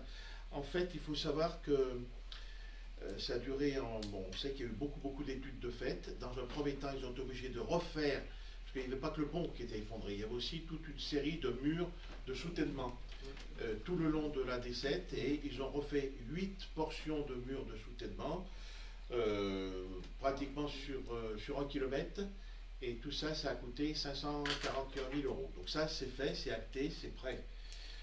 Ensuite, pour le pont, il y avait eu plusieurs propositions, différentes étapes. Dans un premier temps, ils avaient proposé un pont provisoire. Finalement, ça n'a pas pu faire parce que, d'abord, un pont provisoire, vous savez, les ponts qui sont mis en intente, mais il était difficile de le livrer, et surtout, il n'y avait pas de possibilité. Il n'était pas limité en tonnage, mais il était limité en gabarit. Donc ils ont annulé cette proposition de réfection de pont, et finalement on arrive à la reconstruction d'un ouvrage qui sera un ouvrage définitif, et cette reconstruction, elle devrait commencer courant janvier 2026 pour s'acheminer. Alors ils ne peuvent pas donner une date précise, mais c'est entre 6 et 8 mois de construction de pont pour un coût de 1 million €. Prévisionnel. Ça, c'est sur le pont Chorieux.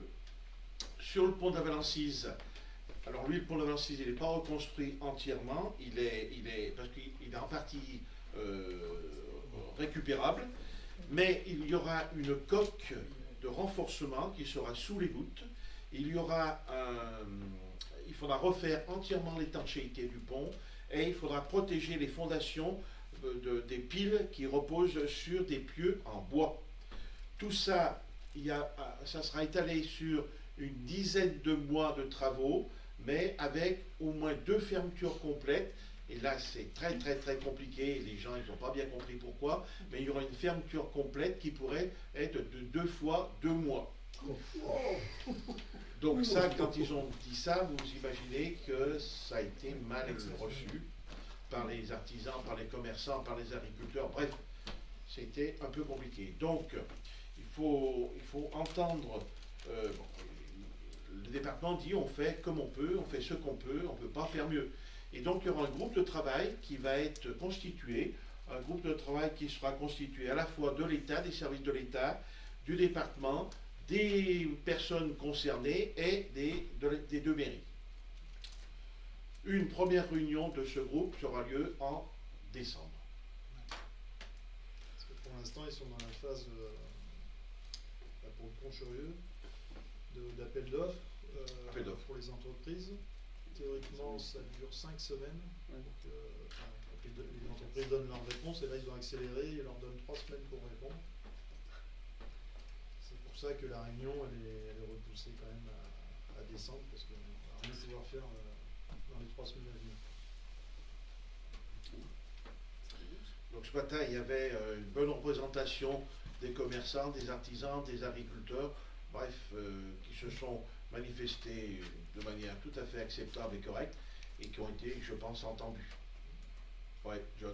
C'est juste par rapport à cette notion de 2 fois fermeture Oui. de 2 mois. Est-ce qu'ils ont évoqué une solution de déviation Eh ben, c'est en tout passant le problème. côté plus C'est tout le vers problème. le Rhône, quoi. Ils n'ont pas vraiment évoqué de situation de remplacement, c'est bien ça le problème. Mais c'est technique. Il y a un passage possible. Bien sûr, il y a plusieurs possibilités. Ouais, Oui, oui. plusieurs solutions, et le comité en fait qui va se réunir, c'est vraiment pour réfléchir à Quelle partir proposition des habitudes aussi de tous du monde économique.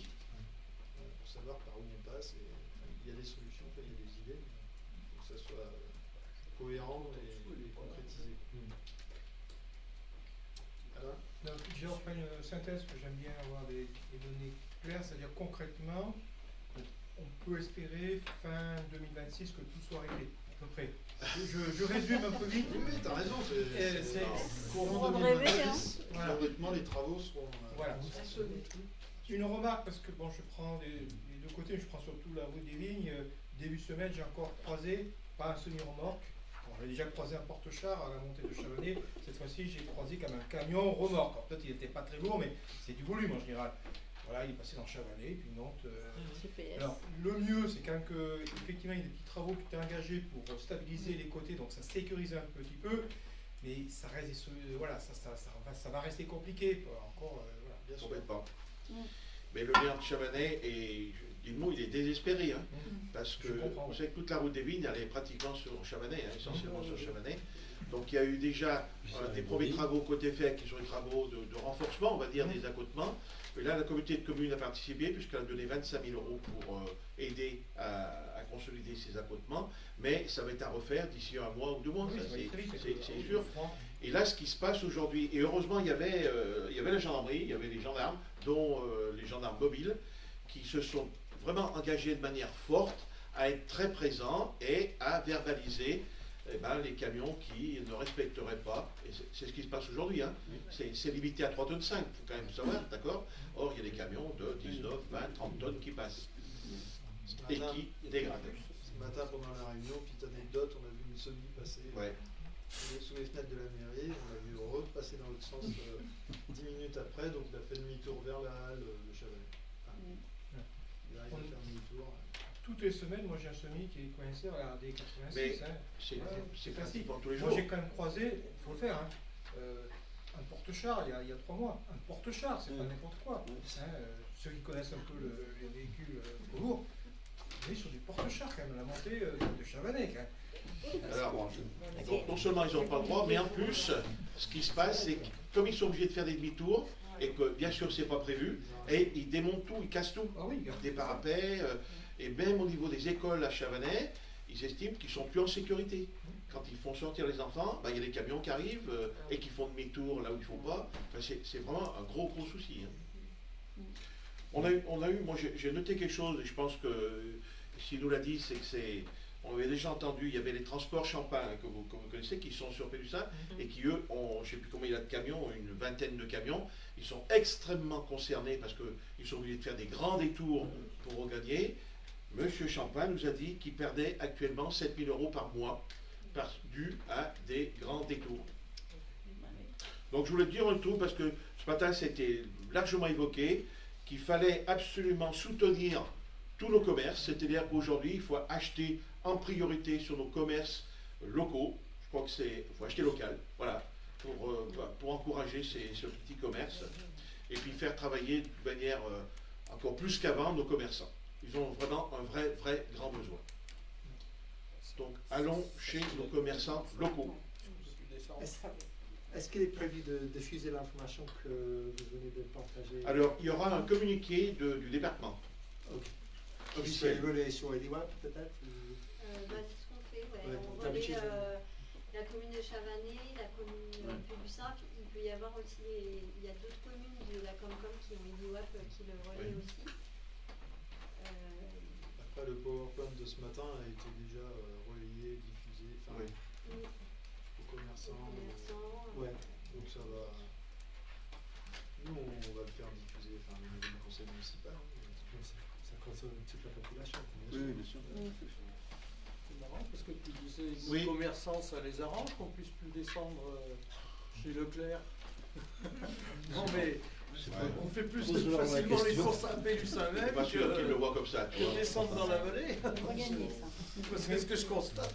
Ils ont perdu toute la clientèle de passage, il ne faut pas l'oublier. Complètement. Oui, d'accord. Oui. Et Maclar, au Chavanais, ils ont perdu beaucoup. Parce que les gens de Pélussin qui s'arrêtaient pour faire des courses chez les petits commerces de Chavanais ne passent plus par Chavanais. Ah bah oui, bien sûr. Et là, on a parlé des ponts de la départementale, mais à Chavanais, vous savez, il faut qu'ils reconstruisent aussi leur pont, le pont de la Tour. Le pont de la Tour, oui. Alors, j'ai plus le tarif en tête, mais là, il se pose posé la question s'il fallait construire le pont avant les travaux de la départementale. Quoi. Enfin, Voilà pour quelques informations, mais en tous les cas, on est tous bien conscients que ça devient vraiment une... On a des petits commerces sur Pélussin qui sont à 2 doigts de fermer, hein. On est bien conscient de ça. Autre point, un petit point CPEJ. Oui, ça va être rapide, mais CPEJ, je rappelle pour ceux qui ont oublié, c'est le Conseil péninsulaire Enfance-Jeunesse, c'est-à-dire c'est notre petit conseil municipal. Donc il y a un mandat qui s'est terminé fin juin et il y a eu des élections qui se sont tenues les 13 et 14 octobre, donc avec 12 enfants qui ont été élus et qui vont voilà, être installés dans leur mandature de 2 ans le 19 novembre prochain. Et pour rappel, le CPEJ là, qui avait été animé le précédent mandat par les Robins des Villes, le relais est pris maintenant par l'EVS, en la personne de la coordinatrice qui animera. Elle sera en cela, il y aura un binôme avec un agent de la collectivité qui participera aux séances. Voilà. Une mise à disposition d'un agent de la collectivité. Voilà. Merci. Quelques petits points. Ouais, pardon. Moi j'ai 2 actualités avant. Ouais, vas-y. On n'oublie pas. Non. Alors la première, c'est très ponctuel. C'est un article aujourd'hui dans l'IB, dans le supplément économie sociale et solidaire. Il y a un article sur 2 tiers-lieux dans la Loire, le Cèdre à Pélussin et la turbine créative à Doisieux. Donc sur une page de l'IB. Donc il y a des gens qui s'intéressent à ce qu'on fait, c'est plutôt bien. Et puis le deuxième, c'est le label Maison des Illustres. Oui. Parce qu'on a appris hier que la maison... ouais, elle est là. Alors, Léla, tu vas écouter, mais je suis désolé, j'ai pas ton talent, mais je trouve que c'est important qu'on en parle ce soir. Parce que hier, la DRAC, donc la Direction Générale des Affaires Culturelles d'Auvergne-Rhône-Alpes, a validé l'attribution du label Maison des Illustres à la Maison Gaston Batti. C'est un dossier qui a été monté cette année, sur lequel Léla et les services ont beaucoup travaillé, et avec la TECHU bien sûr. Donc c'est un super truc quoi. Ce label, j'ai juste sorti un peu ce qu'on a abordé en commission. Hein. C'est pour former un réseau de lieux de mémoire sur des hommes et des femmes qui ont eu une influence sur le terme, en termes de politique, religion, scientifique, artistique, etc. Donc on remplissait les conditions forcément, sinon on n'aurait pas postulé, candidaté. Il y en a 250 en France, j'en ai trouvé, je suis allé voir sur le site, il y en a 16 en Auvergne-Rhône-Alpes. Et dans le coin, il n'y en a pas beaucoup. Dans la Loire, il y en a un, c'est la Bâtie d'Urfé, donc le château de la Bâtie d'Urfé. Dans le coin en Ardèche, il y a le musée Canson-Montgolfier. Il y a le palais idéal du facteur cheval qui est un peu plus loin. Il y a le musée Hector Berlioz à Côte-Saint-André. La Villa Lumière à Lyon. Enfin voilà quoi. Donc c'est franchement une reconnaissance, je pense, du travail qui est fait autour de Gaston Batti et de la marionnette depuis plusieurs années, hein, pas que depuis ce mandat, mais qui a été bien pris en main sur ce mandat-là.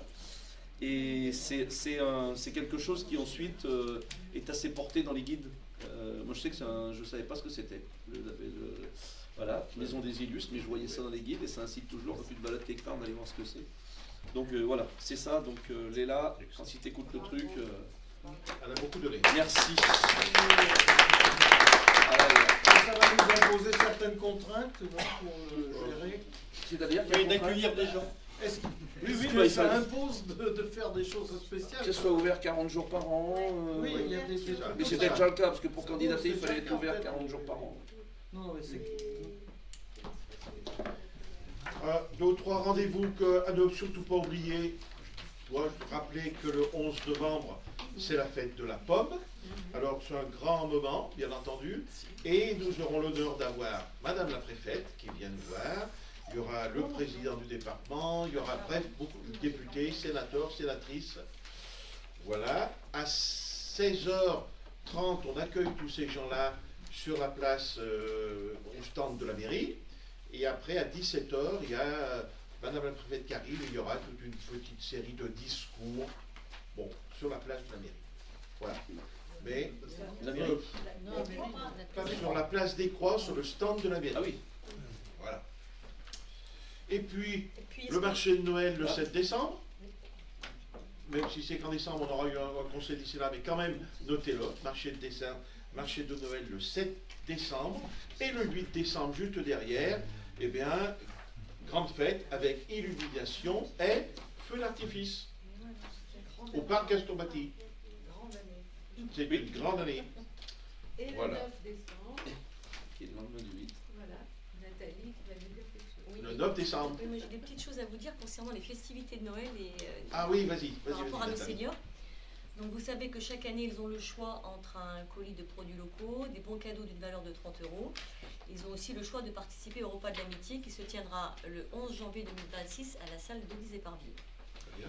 Alors pour information, cette année, 113 parmi eux ont choisi un colis, 238 ont préféré des bons cadeaux et 110 se présenteront au repas.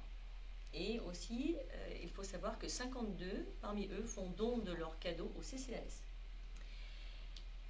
Entre autres, nous préparerons les colis pour nos seniors le mardi 9 décembre à partir de 17h45, juste avant le conseil municipal. Évidemment, celles et ceux qui veulent nous aider à préparer les colis sont les bienvenus pour travailler aux côtés des membres du CCAS. Nous aurons aussi besoin de votre aide et de votre collaboration pour la distribution des colis, ce qui permet bien sûr de tisser du lien social avec nos aînés. Pour information aussi, on a réalisé les commandes pour confectionner ces colis qui sont réalisés à partir de produits locaux, comme d'habitude. Ces colis comporteront cette année une bouteille de vin blanc ou de vin rouge acheté auprès de nos producteurs locaux, un assortiment de biscuits secs réalisé par la boulangerie L'Or Blanc, qui vient juste d'ouvrir ses portes sur la place des Croix. Également un ballotin de chocolat, les ballotins de chocolat seront réalisés auprès de la boulangerie L'Or Blanc. Une terrine du GAEC des Fougères, un calendrier pour les messieurs créé par l'association Mémoire Vivante du Pilat, et également un petit pot de crème de marron venant du commerce du panier du Pilat. Voilà. Il y a un petit mot peut-être sur on rend visite aux EHPAD là. Oui, alors on va rendre visite aux EHPAD le 10 décembre et le 17 décembre. Voilà. Donc on va au Grillon, au Bleuet et à l'hôpital. Ouais.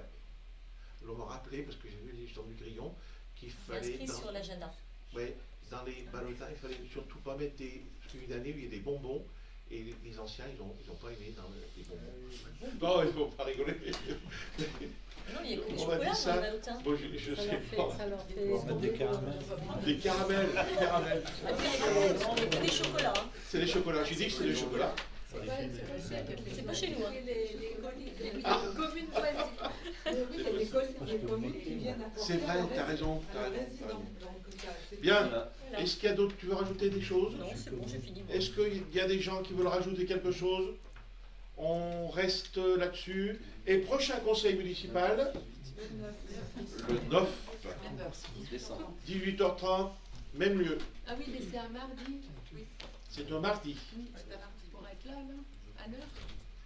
S'il n'y a pas de réunion spéciale, ça c'est toujours. Allez, merci à tous. Merci.